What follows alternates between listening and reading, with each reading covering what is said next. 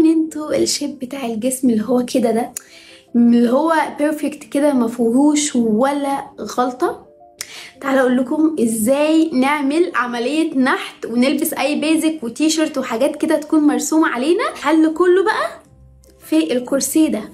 عايزه اقول لكم ان الكرسي ده حرفيا اختراع، والاهم بقى من كل ده ان انتوا تجيبوا الكرسي ده من مكان مضمون. لكرة انواع، في انواع كده في اللكرة ممكن تمط كده وتبقى فيما بعد تبوظ مننا. انا طلبت 2 وكل واحد ليه شكل، بس في النهاية الاتنين بيعملوا نفس الحاجة. ده اول شكل للكرسي اللي انا جبته، ومن فوق الوسط طويل جدا، ما بيبقاش فيه بقى بطن، اللي هو الناس اللي بيكون عندها الحته بتاعه البطن دي بتكون كبيره شويه وعايزين كده يلموها عشان يقدروا يقفلوا البنطلون او ما يبينوش ان هم عندهم بطن.